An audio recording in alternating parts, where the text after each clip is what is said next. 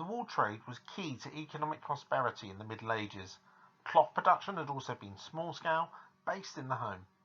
The types of cloth manufactured ranged from low-quality self-use to high-quality textiles used for trade in the national and international markets.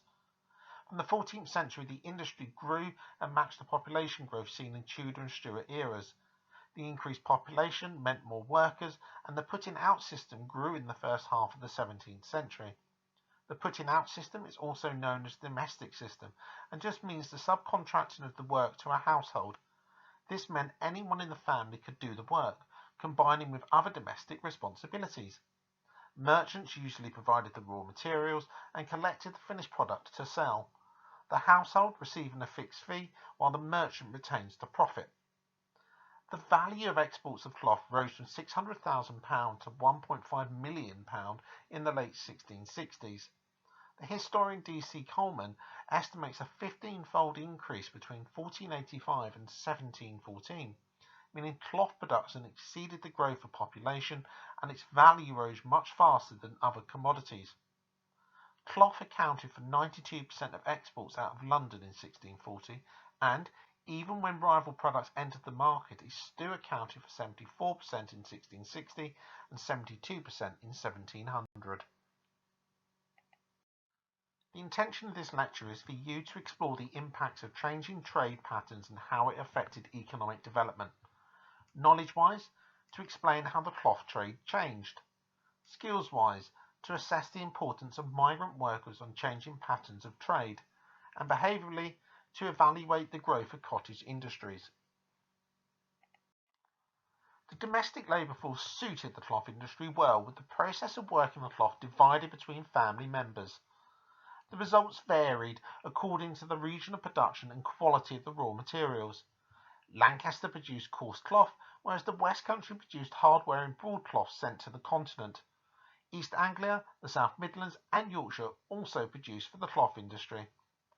The merchants firstly supplied wool to be made into yarn and then, using the putting-out system, hired weavers to make it into cloth. The amount of money which could be made in this system saw many of the merchants marry into land-owning gentry families. By the start of the 17th century, this was well established, as a survey of the cloth industry from 1615 tells us. The domestic system survived the 17th century for a number of reasons, which all had a positive financial benefit for the merchants involved. Generally, the benefits fall into a number of reasons. As the system was based in workers' homes, there was no reason to ensure the workers had the equipment necessary. It was their responsibility to ensure they could do the work. As the market dictated the amount of goods, you could hire as many or as little as you required to meet your demand. Also, because it was done at home, the guilds had no say over the production. Therefore, the merchant did not have to pay the required membership fee to the guilds, and neither did the workers. The general trend in the cloth industry is a continuation of what already existed from the Middle Ages, albeit much larger. New textiles and skills really only developed as a result of contact with the continent. The British workforce lacked the skills to dye the cloth for general sale, so it was shipped to Holland in order to be sold on. This worked well until early in the 17th century, when fashions changed in Europe and new draperies became popular. The heavy cloth the British industry produced was replaced with lighter mixtures of wool, linen, cotton and silk. The British trade remained quite buoyant, however output did not increase until the second half of the century. Such traditional centres, such as Norwich and Colchester, had to change their economic focus from the old draperies to the new draperies. As a result, they flourished and became the focus of the production of new draperies. A key reason for this was the settling of just over 1,500 Protestant Dutch immigrants between 1565 and 1568. The migration of Dutch Protestants stopped after the formation of the Dutch Republic in 1581. By 1585, there were 13,000 immigrants working in the cloth industry in England. At the start, these migrants were resented, as due to their skills the Dutch inspected all new draperies before sale. If they approved, they added their seal of approval.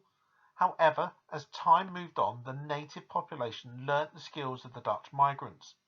For example, in Colchester, those employed in the textile industries rose from 26.4% in 1619 to 40% in 1699.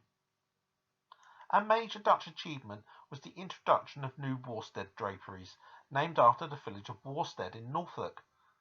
The product was woven from wool rather than carded. This required a high skill level to produce this versatile and cheap product, which had a far wider appeal than the traditional English product. Due to the fact the Dutch were involved in quality control, continental merchants were happy to buy the product without seeing samples first. The Dutch immigrants introduced the frame knitting machine. The machine reduced the amount of time to produce cloth, due to the way it imitated the movement of hand knitters. This could be operated by the rural workforce. In 1681, Louis XIV started a process of forcing the conversion in France of Protestants to Catholicism. In 1685, Protestantism was declared illegal in France.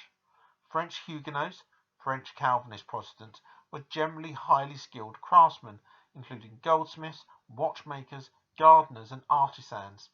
Included in this were a large number of weavers. Most settled in Kent and London, establishing a major weaving industry in the East End of London. The intention of this lecture was for you to explore the impacts of changing trade patterns and how it affected economic development.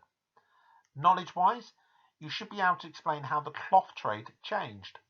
Skills-wise, you need to begin to assess the importance of migrant workers on changing patterns of trade, and then behaviourally to evaluate the growth of cottage industries and compare to other factors.